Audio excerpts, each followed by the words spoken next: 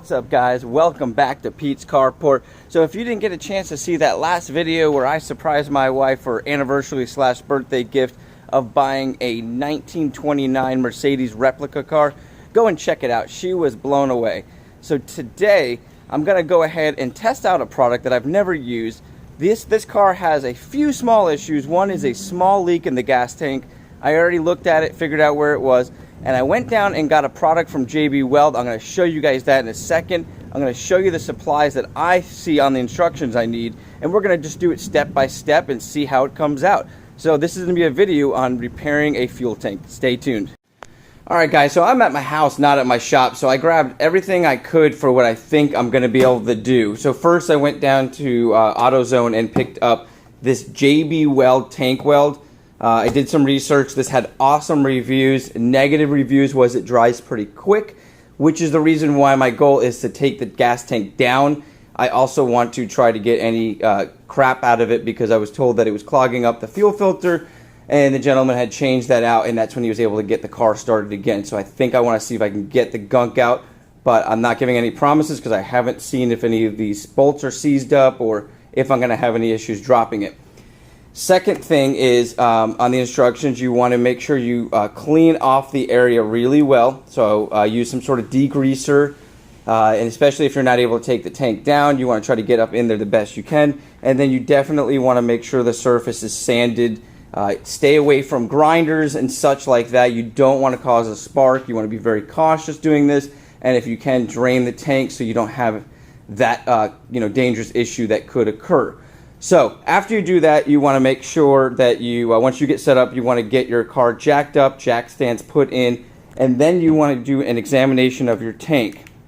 The next thing is they do sell a fluorescent liquid that you can put into your gas tank to see your leak, but mine was very obvious. I actually had a bunch of gas on the ground right over here, and so I did a little research, trying to get a light in there for you guys. And I saw up in this area here, there was a bunch of gas just settling there, and it could have been from past, because I don't think this tank is that full. And then I looked, I'm sorry about the focus, I looked over here and I could see it was dribbling down, and it's not wet above, so it seems to be coming from this area. So I'm going to basically get all this cleaned down and do a little more examination, see if I can find a hole or a crack. And I'm going to drop the tank if I can, and we'll go from there. So let me go ahead and see if I can get this tank unbolted, and if not, we'll have to do it up in here. So stay tuned. Okay guys, so some good news and some bad news. I got the tank almost all the way down, and I was having some major issues with one of the overflow lines just basically seized up. It almost looks like somebody put some sort of sealant on it. And I'm just not going to try to rip that off right now because I was able to lower it. And I could see, hopefully I can focus for you guys, sorry about that. There's a seam that I was able to take a wire brush to and some degreaser, and I can basically tilt the gas tank and see that it's leaking from there. So what I'm going to do is just patch that off, get it really cleaned down with a wire brush, which seems to work the best. They said sandpaper, I think on the instructions, but wire brush, if you can get one, works really, really well. I'm going to go ahead and wire brush the rest of that down, and then set up the stuff to put on there, get it really dried and cleaned down, and I'm going to angle the tank back the other way so we don't have any fluids coming out, because this tank was actually very, very full, and it kind of shocked me because I didn't expect it to be as heavy as it was. So I got the jack now under that, and I got the car on the jack stand. So good thing I had these jack stands, and it's always a safe measure to put those down. So I'm going to go ahead and get this cleaned up, and I'm going to show you guys how the product goes on. Okay guys, so I cracked open the package, and it was the first time I opened it. It does come with some 80 grit sandpaper, which can definitely come in handy, so you don't necessarily need to pick that up. I used a wire brush, worked way better. This wax here is just in case you can't drain your gas tank. My tank does not have a bottom drain, and so in order to drain mine, I literally have to pull it out and empty out the tank. It's like a sealed tank. So this would be if you had a leak that you could not drain the tank from and you need to temporarily stop it, you use this wax to gum it up. I'm very fortunate, I'll show you in a second. I was able to angle the tank, and it looks like I got it to stop leaking because the gas is low enough. So this is where I'm probably not going to be able to film most of this. You're going to have to basically, it's a two-part epoxy, and what you got to do is massage these until the middle breaks, and then you only have a short amount of time to mix these quickly, cut it open, apply half of it on the actual surface with the brush, and then you're going to attach this. If you need to cut it, you cut it, and then you're going to apply the rest over your fiberglass. So it's like a fiberglass resin that's designed for metal. So I'm going to go ahead and I'm going to show you guys the area. Now I've got a nice light that's hanging, and you can see I cleaned it down really, really well. It's definitely leaking from that seam. I've got my gas tank angled here with my jack, so that's going to work out really nicely. And I think this is going to work to seal that off, because you can see all the gas coming down here. And what I noticed is when I was cleaning it, it would slowly dribble and come down here with the degreaser. So I think I narrowed it down to that is where the leak is 100% coming from.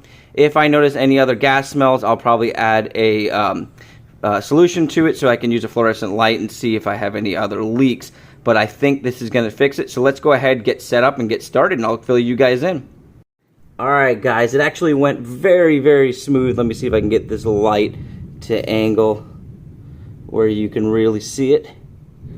That's my patch right there. I hope that you guys can see that. Let me see if I can get a little bit better focus for you. Alright, so what did I do? I actually still have some of the epoxy. So basically, the black part of it is very hard, so I massaged that till it became soft because it starts to break up. And then I squeezed it really hard from side to side, and it broke into the other area. Once I did that, I basically slid it back and forth like if I was squeezing it out, and I really got it all mixed together. Then I cut the corner off and squeezed as much as I could out onto this plate, and then I gummed it up onto this brush and kind of squeezed my hand into there, brushed it like crazy all over the surface. I cut the fiberglass in half. I put one piece a little bit higher. Then I actually dipped the second piece, which I think is what I should have done with the first piece. So that is a suggestion I'm going to give you. Dip the fiberglass in it, and you're going to actually saturate it. And I put that piece over top, so I got a ton of coverage on top of the first piece I put down. And of course I dipped it and flipped it, so I had a lot of coverage on the second piece. And I put that one lower down in this channel just in case our opening is a little bit lower than I thought, because it's right on a seam. Then I just took as much more of this as I could and just gummed it all up in there, and I think I got as much as I could in that area. So now the next step is, it says it takes 20 to 30 minutes to cure.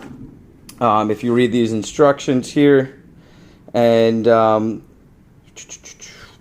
repair is cured when area is no longer tacky. So I'm guessing that's saying that you can use it. I'm going to let this actually set for at least a few hours, if not overnight. We're not driving this car right away. I really want it to seal on there good.